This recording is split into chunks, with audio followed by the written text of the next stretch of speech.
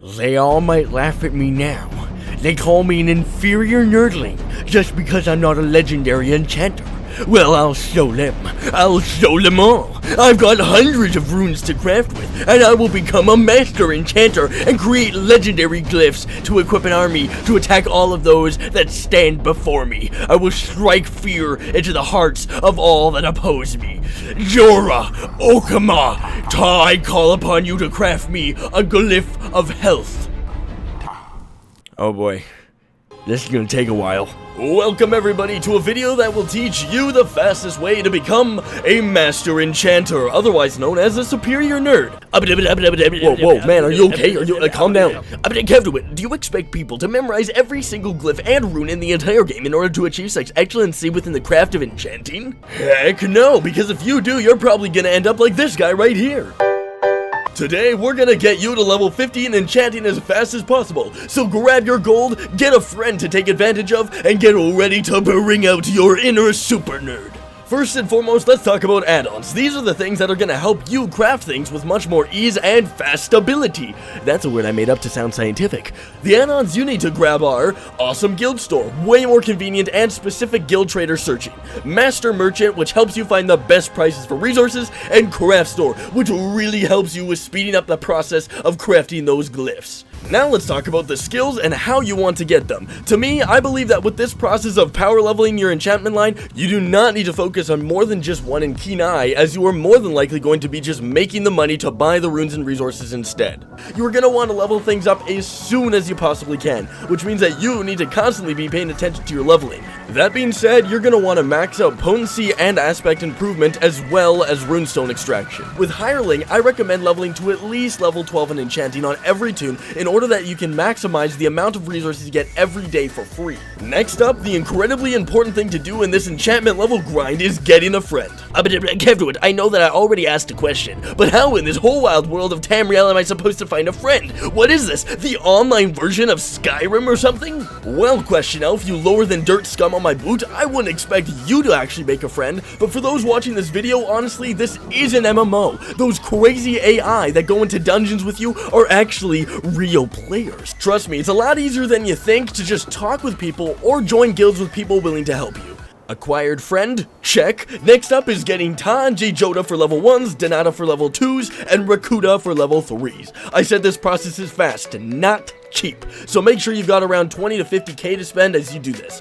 Buy about 300 Denata and about 50 to 100 Rekuta. Save the Rekuta for higher level grinding when you have 3 out of 3 aspect extraction, that way you have a higher chance to actually get that Rekuta back. On top of getting those aspect runes, grab bundles of essence runes. Although what these do doesn't really matter to you because you're gonna destroy them all anyways, essence runes are the enchantment effect. For example, Denny equals stamina, Taderi equals physical harm, and Mako sounds like taco, and tacos are magic, so Mako is magic. You need to find cheap essence runes in massive bundles, so go to a guild trader and try to buy 50 plus in a bundle, because in this process you're going to be crafting at least 150 runes. Alright, finally you've got potency. For this, make sure that you're not buying a million level 5 potency runes because they literally become useless immediately. You need to focus on getting potency runes of all levels, especially the champion level potency runes. It took me literally an hour to find all of the runes I needed to craft at all levels, so make sure you prepare before crafting.